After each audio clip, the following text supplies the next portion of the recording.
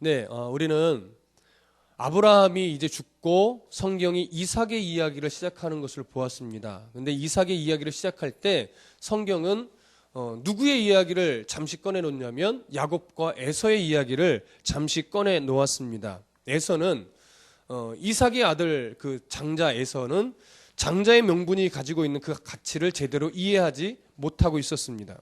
그리고 야곱은 그 장자의 명분을 소중하게 여겼고 그것을 사모했지만 사람의 욕심으로 그것을 취할 수 있다고 그렇게 생각했었습니다.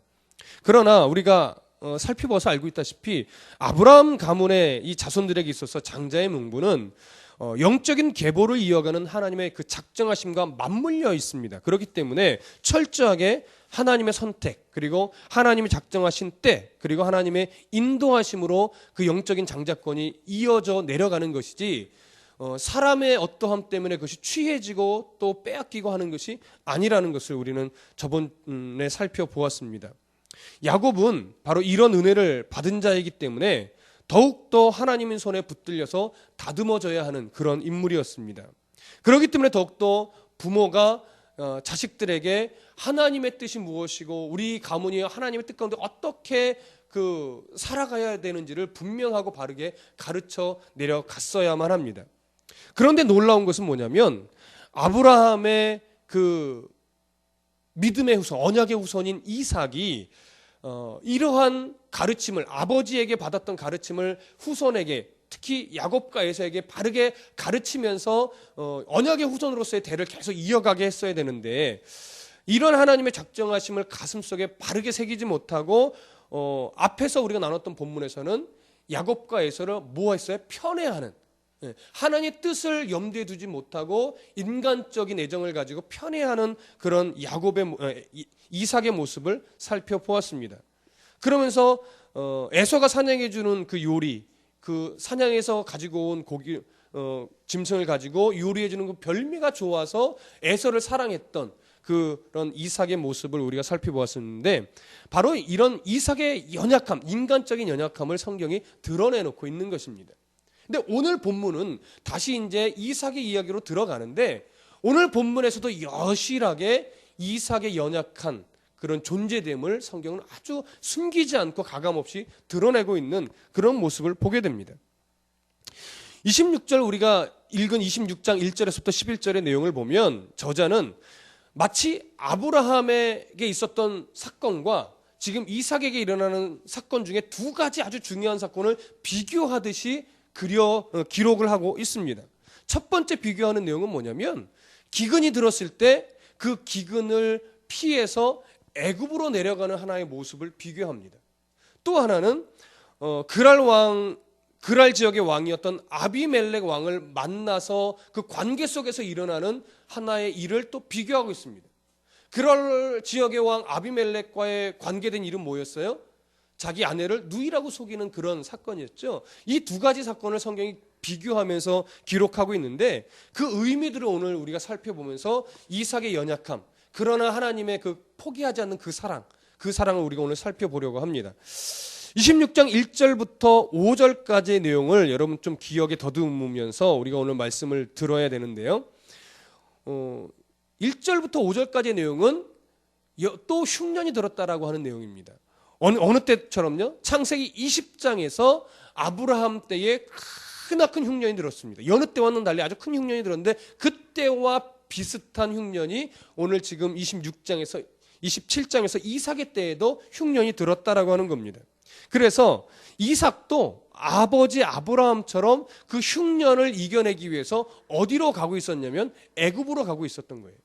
왜인지 기억하시죠? 애굽은 나일강이 있어서 아무리 큰 흉년이 들어도 강이 주는 그 혜택으로 인해서 거기는 늘 비옥했고 거기만큼은 먹을 것이 풍요로웠어요.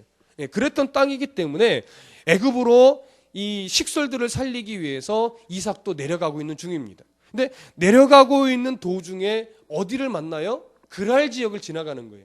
그래서 그랄 지역에 왔을 때 하나님께서 이삭을 거기서 멈추게 합니다. 애굽으로 가는 모습은 비슷하지만 하나님이 간섭하시는 장면은 전혀 다른 것을 보게 돼요.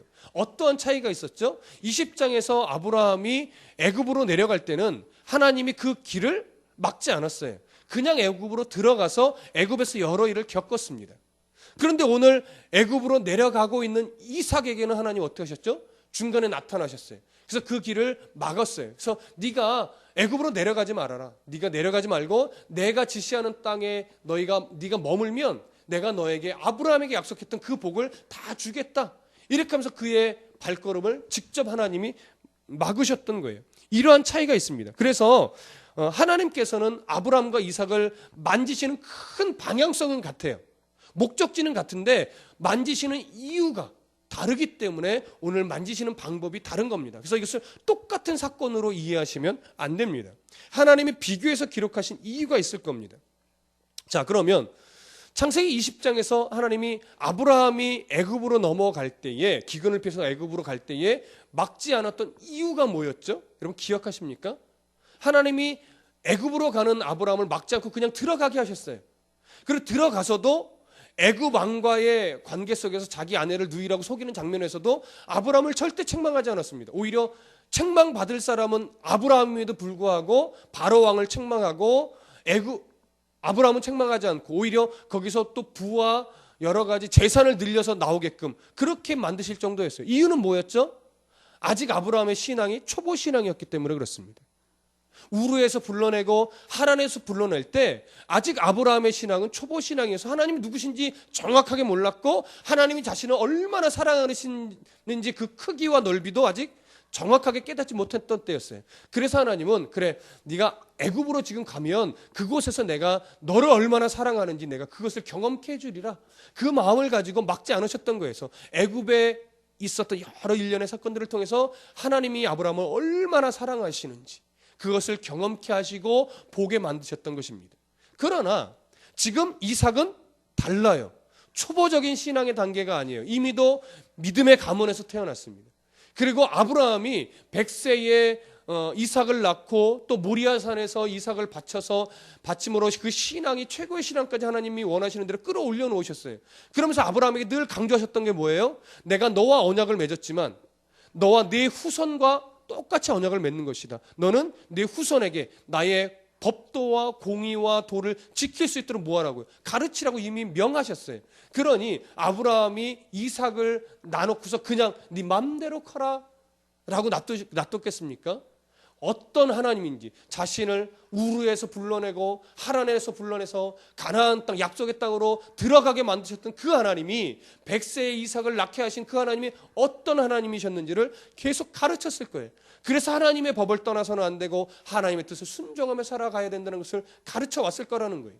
그러니까 이삭은 그러한 가르침을 받고 자랐기 때문에 지금은 초보적인 신앙의 수준, 하나님이 누구신지를 평생을 알아가야 되지만 지금은 그런 것을 가르칠 수준의 때가 아니라 하나님께만 순종하여 살아나가는 것이 가장 큰 복이요, 그것이 네가 가장 지혜로운 것이며 그것이 네가 마땅히 해야 될 일임을 뭐예요? 깨달아 알아야 되는 그런 시기란 말이에요. 그래서 하나님께서는 지금 이삭을 만지시는 방법이 아브라함 때와는 다른 거예요. 다른 거예요. 수준이 지금 달라요.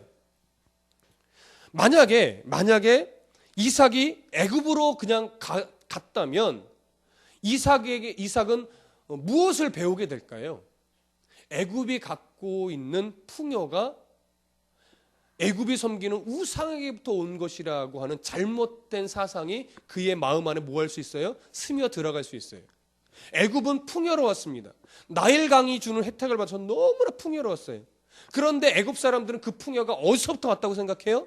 그들이 섬기는 나일강의 신, 바알 신, 풍요의 신들에게서부터 온 것이라고 생각해요. 그러나 그 풍요마저도 사실은 누가 준 겁니까? 하나님이 주신 거예요. 그들이 잘못 생각하고 있는 거죠. 근데 이삭이 그냥 아무 생각 없이 애굽 땅에 갔다가는 그들이 갖고 있는 세상처럼 내가 믿는 우리 아버지가 믿었던 하나님 주신 풍요가 아니라 나일강의 신, 바알 신, 파리의 신 이런 여러 신들이 애굽 땅을 이렇게 풍요롭게 했구나. 내가 있던 땅은 저렇게 지금 기근이 드는데 애굽의 신들 때문에 이 지역만큼 이렇게 풍요롭구나. 내가 믿고 있던 하나님보다 애굽이 믿는 신이 더 큰가 봐, 더 센가 봐. 이렇게 생각할 여지가 다분한 거예요. 그래서 하나님이 그 걸음을 어떻게 해요? 막으셨어요. 가지 말아라. 네가 그것을 가지 않고 내가 지시한 땅에 머물면 내가 너에게 복을 주리라. 그 약속을 하신 것이죠. 이것을 지금 오늘 성경은 말하고 있는 겁니다. 그래서 이삭이 눈에 보이는 풍요가 가득한 이 애굽 땅을 의지하지 않고 하나님의 약속을 신뢰하여 약속의 땅 가나안에 머물면 그 머무는 행위 자체가 뭐가 되냐면 바로 하나님의 권위와 하나님의 주권을 신뢰하는 어떤 신앙 고백적인 행위가 되는 거예요. 많은 사람들이 기근이 오면 애굽을 의지합니다. 그곳에 가면 먹을 것이 있으니까. 그러나 하나님은 이삭에게 이걸 가르치는 거예요. 눈에 보이는 풍요가 가득한 눈에 보이는 애굽 땅을 뭐하지 말아라? 의지하지 말아라. 네가 의지할 분은 오직 누구? 한 분 하나님밖에 없다라는 것. 그 하나님으로부터 오는 공급과 하나님으로부터 오는 풍요를 가지고 네가 순종하며 살아야지 애굽이 주는 풍요를 의지해서는 안 된다고 하는 것. 이 사실을 지금 계속하여 하나님이 가르치려고 하는 겁니다. 그래서 이삭의 걸음을 멈춰 세우신 거예요. 그래서 약속의 땅을 떠나지 말도록 당부하신 겁니다. 그래서 아브라함과 맺으셨던 그 복을 다시 생각나게 하시면서 너에게 복을 주겠다고 말하는 겁니다. 그런데 오늘 성경은 그 근거를 또 무엇으로 제시하냐면 5절에서 밝히고 있습니다. 5절을 다 함께 보시죠. 5절 다 같이 읽습니다. 시작. 이는 아브라함이 내 말을 순종하고 내 명령과 내 계명과 내 율례와 내 법도를 지켰음이라 하시니라. 5절에 갖고 있는 뉘앙스는 이겁니다. 아브라함이 내 그 말에 순종했고 내 명령을 지켰고 내 계명을 잘 지켰으며 내 율례와 법도도 잘 지켰기 때문에 아브라함도 이런 복을 받았다라고 하는 뉘앙스로 우리가 여겨집니다. 그러나 여러분 생각해 보십시오. 우리가 아브라함의 여정을 계속해서 오랫동안 살펴봤어요. 아브라함의 여정 속에서 우리가 결론적으로 깨달았던 것은 뭐였죠? 아브라함도 하나님의 간섭이 없었다면 믿음의 조상이 될 수 없었다라고 하는 사실이에요. 하나님이 주시는 복을 누릴 수 있는 존재가 아니었다라고 하는 사실이에요. 그도 계속해서 넘어졌고 하나님을 거역했고 불신했었어요. 그러나 하나님이 포기하지 않는 그 사랑이 결국은 초보 신앙을 탈출하게 만들었고 또 신앙을 성숙하게 만들었고 또 하나님 원하시는 최고의 신앙으로 끌어올리도록 그 인생의 여정마다 하나님의 방법으로 계속 간섭하셨어요. 포기하지 않고. 그랬기 때문에 결국은 뭐예요? 믿음의 조상이 될 수 있었고 믿음의 조상으로서의 어떠한 그 성향을 가질 수 있는 존재가 되었던 거예요. 그러니까 만약에 아브라함이 이 5절의 말씀처럼 정말 잘 지켜서 잘 순종해서 하나님의 복을 받은 거라면 성경이 가르치고 있는 내용과는 사뭇 약간 거리가 있지요. 그러면 5절을 우리가 어떻게 이해해야 됩니까? 아브라함이 잘 지켰다라는 것이 아니라 아브라함이 이렇게 계명을 잘 지킬 수 있도록 하나님이 버리지 않고 포기하지 않고 끝까지 간섭하여 이런 수준의 사람으로 아브라함을 만들고야 말았다라고 하는 것이죠. 그 의지가 그 하나님의 작정하심이 지금 누구에게도 똑같이 적용시키겠다라고 하는 이야기입니까? 이삭에게도 똑같이 적용시키겠다라고 하는 하나님의 의지를 드러내 보이는 거예요. 그러니까 이삭이 지금 너 순종하라 말하고 있지만 하나님의 마음속에는 뭐예요? 내가 너를 순종하게 만들고야 말겠다라고 하는 거죠. 그 하나님의 작정하심 속에서 이삭이 벗어날 수가 없는 거예요. 그러나 이삭의 모습만 봐서는 하나님의 은혜를 받을 만한 자격은 없다라고 하는 거예요. 없었다라고 하는 것을 보여주는 것이죠. 그러한 이삭의 연약함이 또 여실하게 어디서 드러나느냐? 7절 이하에서 또 여실하게 드러납니다. 자, 6절부터 11절의 내용을 우리 또 기억해 보시죠. 6절부터 이제 11절의 내용은 뭡니까? 그렇게 하나님이 이삭이 애굽으로 가는 발걸음을 멈춰 세우셨어요. 그래서 가나안 땅을 벗어나지 않고 잠시 머무르던 지역이 어디입니까? 그랄 지역입니다. 그랄 지역은 바로 아비멜렉이 왕으로 서 있던 곳이에요. 아비멜렉은 이름이 아니라 왕의 이름입니다. 우리나라는 대통령이라고 부르고 어디는 황제라고 부르고 하는 것처럼 그 지역은 아비멜렉이라고 불렀어요. 그래서 이 아비멜렉 왕이 아브라함 때에 살아 있었던 아비멜렉 왕인지는 정확하게 알 수 없지만 아마 그렇지는 않을 겁니다. 다시금 세워진 후계자 왕이었을 거예요. 그러나 어쨌든 그 아비멜렉이 통치하고 있던 그랄 지역에 딱 들어가서 이 이삭도 아버지와 같이 똑같은 실수를 범합니다. 뭐죠? 자기 아내를 누이라고 속이는 장면이에요. 근데 누이라고 속이는 이유가 뭐라고 성경이 계속 밝히고 있어요? 자기 아내가 너무 아름다워서, 리브가가 너무 아리따워서 그 그랄 지역의 사람들이 자기를 죽이고 아내를 빼앗아 갈까 봐. 그러니까 아브라함 때나 이삭 때나 그 당시 고대 근동의 문화 중에 여인이 너무 아름다우면 남편을 죽이고 빼앗아가는 문화는 그대로 있었던 것 같아요. 그래서 그것이 두려워서 누이라고 속이는 겁니다. 그런데 아브라함도 애굽 때도 그랬지만 그랄 지역에서도 똑같이 누이라고 속였죠. 근데 그때는 아내 아브라함의 사라를 누가 지켜내셨습니까? 하나님이 지켜내셨어요. 하나님이 사라가 이미 아비멜렉에게 빼앗겨 갔어요. 이미 그때는 빼앗겼는데 하나님이 아비멜렉에게 나타나셔서 건드리지 말아라. 아브라함은 누구다? 나의 선지자다. 그래서 아비멜렉이 충격을 받고 아브라함에게 왜 속였느냐 하면서 이 사라를 내어주게 되죠. 근데 오늘 이삭의 사건에서는 좀 달라요. 누가 그 이삭의 아내 리브가를 보호합니까? 아비멜렉이 보호해요. 아비멜렉이 어느 날 이렇게 뭐 어디에서 나왔는지 모르겠지만 자기 궁에서 높은 곳에 나왔는지 쫙 주변을 살펴보는데 이삭이 리브가를 뭐 하는 걸 봐요? 이렇게 껴안은 걸 봐요. 개역 한글 다른 성경에서는 애무하는 것을 봤다라고 얘기해요. 그러니까 부부에 많이 할 수 있는 행위를 하고 있었던 거예요. 그것을 보고 아비멜렉이 알게 되죠. 아, 누이가 아니고 부인이었구나. 그래서 이삭에게 가서 이야기를 하죠. 왜 부인이면서 누이라고 속였습니까? 그랬더니 이삭이 하는 얘기가 뭐냐면 내 생각에는 이렇게 말하는 거예요.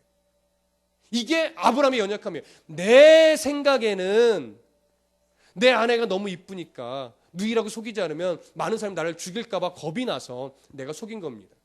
그러니까 지금 이삭의 중심에 하나님의 생각이 있다라는 거예요? 없다라는 거예요. 내 생각에 내 생각. 하나님의 보호하심을 받고 하나님의 영적인 그런 장자로서 하나님께서 역사를 끌어가는 그 섭리의 손길에 딱 붙잡혀 있는 이삭임에도 불구하고 이삭은 아직도 내 생각이 자리 잡고 있는 사람이에요.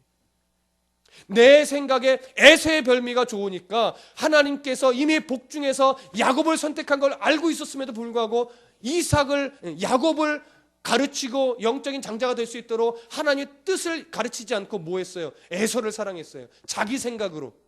이때도 봐요. 내 생각에는, 성경이 강조하고 있는 거예요. 내 생각에는. 그게 이삭의 모습인 겁니다. 근데 하나님은 그러한 연약하고 자기밖에 모르는 이삭이지만 이삭에 대한 하나님의 작정하심을 포기하지 않으셨어요. 그래서 아비멜렉을 통하여 눈을 여셔서 보게 하셨고 그래서 아내 리브가를 아무도 건드리지 못하게 했죠. 그래서 그 이삭의 아내 리브가를 건드리지 말아라 라고 한 것이 하나님이 공포한 것이 아니고요. 아비멜렉이 온 백성에게 선포했어요. 누구든지 이삭의 아내 리브가를 건드린 자는 뭐 하겠다? 죽이겠다. 이 놀라운 일 아닙니까? 이방의 왕이 하나님의 언약의 후손을 지키는 그 일에 사용됐어요. 놀라운 일입니다. 놀라운 일. 근데 여기서 우리가 하나 살펴볼 수 있는 것은 뭐냐면 역시 아브라함 때는 아직 가나안 지역에 특히 그랄 지역에는 하나님에 대해서 소문이 퍼지지 않은 때였어요. 그런데 아브라함으로 인해서 이미 이삭의 때에는 하나님이 어떠한 분이신지 많은 가나안 땅의 사람들이 조금씩 뭐하고 있던 때예요? 알아가고 있던 때예요. 그러니까 이 아비멜렉이 너로 인해서 우리가 범죄할 뻔했다 이거예요. 이 범죄가 누구한테 범죄할 수 있었단 얘기예요? 하나님께 범죄할 수 있다는 얘기죠. 그럼에도 불구하고 아직 이들이 하나님을 믿었다라는 얘기는 아니에요. 하나님이 얼마나 센 신인지 알고 있었다라고 하는 것이죠. 그럼 여러분, 아브라함 때가 더 신앙생활 하기가 좋았을까요? 이삭의 때가 더 신앙생활 하기 좋았을까요? 눈에 보이는 건 이삭의 때입니다. 그러나 두려움을 갖고 실수하는 건 아브라함 때나 이삭 때나 뭐예요? 똑같죠. 이걸로 봐서요.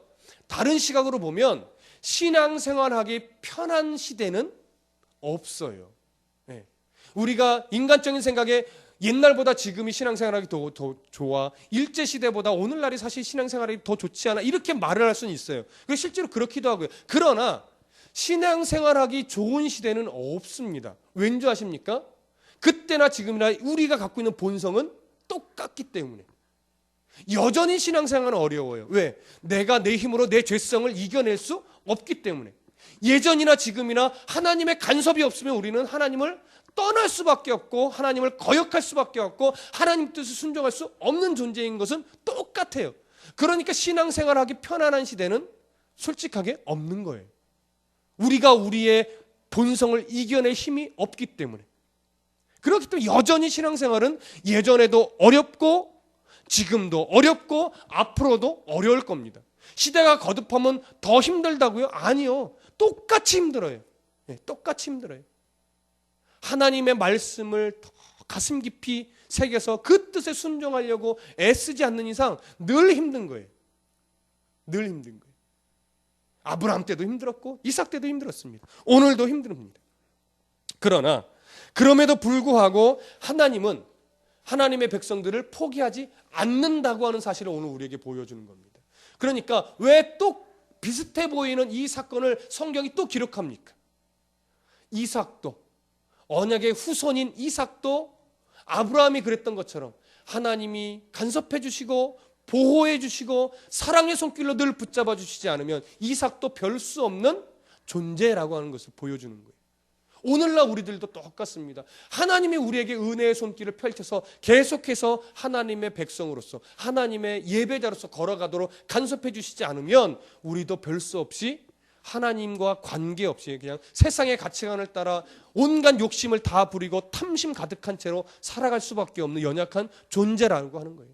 오늘 이 말씀 속에서 그러기 때문에 나를 간섭해주고 계신 하나님, 나를 예배의 자리로 억지로라도 끌어앉혀 놓으신 그 하나님 앞에 우리가 감사할 수 있어야 되는 것입니다.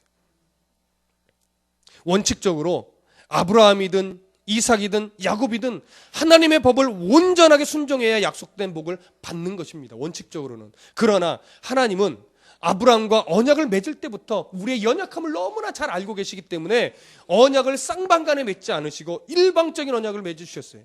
쪼갠 고기 사이로 이 저주 언약을 맺을 때 하나님도 지나가고 아브라함도 지나갔어야 돼요. 그래서 누구든 어기면 죽는다라고 하는 것을 보여주는 언약이었어요. 그런데 하나님은 아브라함이 지나가게 하지 않으셨어요. 타는 횃불이 하나님만이 지나가셨어요. 그래서 내가 이 언약을 나의 신실함을 두고 내가 지켜낼 것이다 라고 하는 의지를 그때부터 보여주신 거예요. 그래서 아브라함의 모두 후손의 역사를 통해서 인간이 잘해서 하나님이 기뻐했던 적은 없습니다.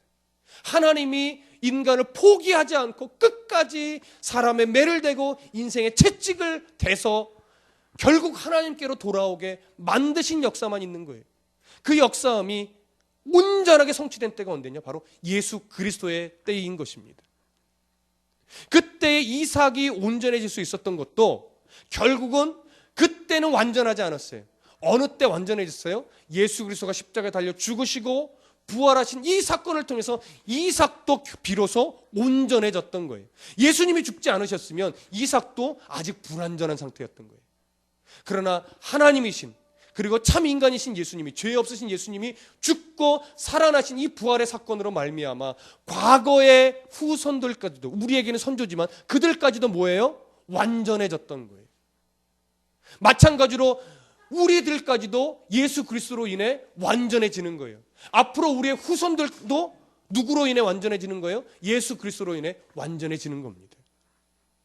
그러니까 결국 예수 그리스도의 죽음과 부활은 모든 인간은 다 뭐예요? 불완전하다. 모든 인간은 다 죄인이다라는 것을 보여주는 것이죠. 그렇기 때문에 아브라함과 자손들에게 말씀하시는 하나님의 모든 요구는 하나님이 작정하신 복을 받아 누릴 수 있도록 하나님이 만들어 가고야 말겠다라고 하는 하나님 자신의 의지를 계속 보여주는 겁니다. 성경의 기록은 다 그거예요. 그래서 그런 하나님의 의지가 전제되어서 약속의 후손들도 결국은 하나님의 이끄심에 순종하도록 뭐 해야 돼요? 힘써야 되는 거예요. 뭐 하나님이 다 만드시겠지 하고 넋놓고 있으면 안 됩니다. 그러다가 하나님의 뭐예요? 사람의 매와 인생의 채찍을 맞는 거예요. 왜요? 순종하는 자로 하나님이 만드실 거니까. 그러니까 우리는 넋놓고 있는 게 아니에요. 우리의 순종과 하나님의 이끄심이 뭘로 묶여져 있어요? 유기적으로 묶여져 있어요. 그러니까 뭐 하나님 잘 믿으면 되지 뭐 열심히 신앙생활할 필요가 뭐 있어.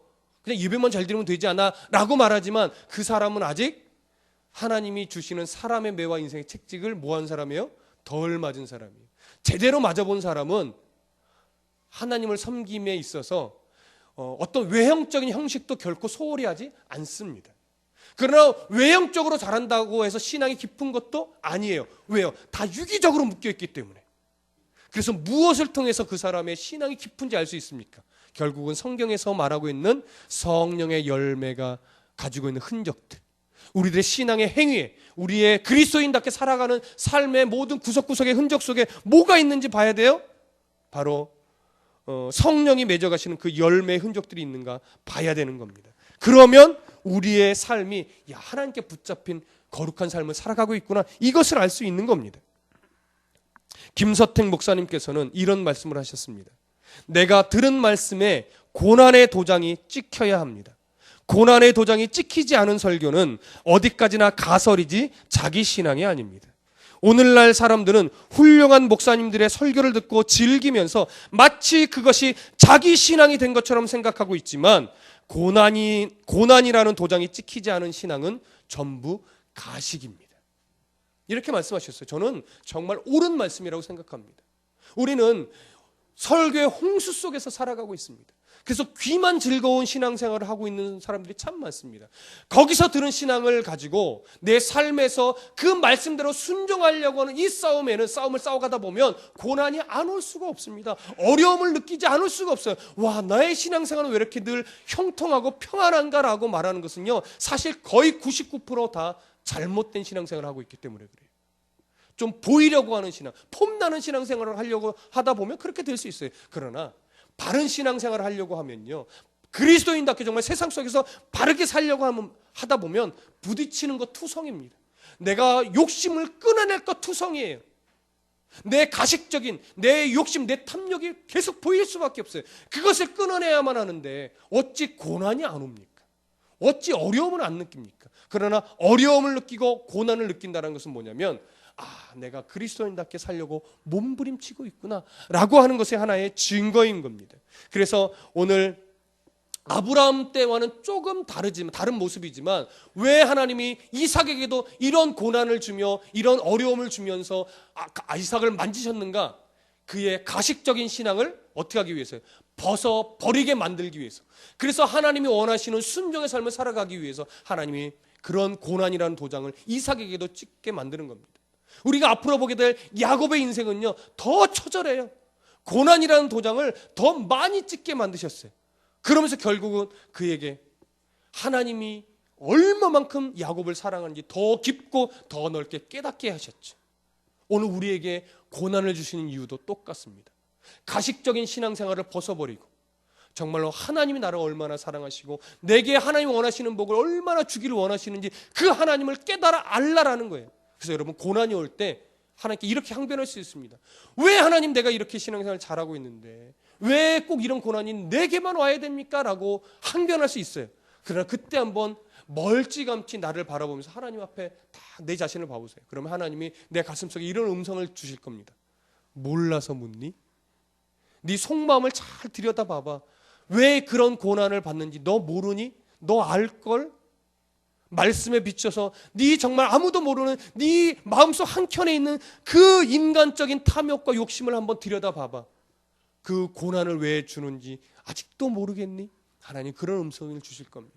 우리 모두 신앙이, 내가 몇 년을 신앙생활했는데 내가 목회자인데 이런 거 다 벗어 던지고요, 정말 하나님이 주시는 고난은 내 가식적이고 위선적인 신앙생활을 벗어버리고 하나님 앞에 정직하고 성실하여서 하나님 나라를 소망하는 성도로 만들기 위해서 하나님 주시는 고난입니다.